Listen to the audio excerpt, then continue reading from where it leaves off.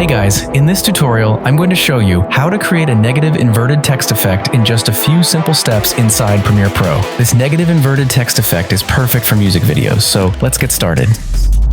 Alright, as you can see on the timeline, I have got a stock footage. You can use any footage that you like. Firstly, we have to duplicate the video footage one time. You can do this by selecting the video layer on the timeline, and then hold the Alt or Command key on your keyboard combined with the left mouse button. After that, drag the video one track above. Next, let's move over to the effects panel to apply an effect. This is an invert effect. Let's drag and drop the invert effect onto the top video clip. Now you can see on the program monitor, a negative effect has been created after adding the invert effect. Alright, it's time to add text for the negative inverted text effect. Let's select the type tool, and then click somewhere on the program monitor and type anything that you want. After that, we can switch over to the selection tool by clicking this icon. Now we can move over to the essential graphics panel to change some settings of the text. Now you can change the font stuff, font size, and color of your text. And lastly, we have to select the center alignment icon to align the text horizontally and vertically to the center of the screen. Now you can see the text is in the center position of the screen.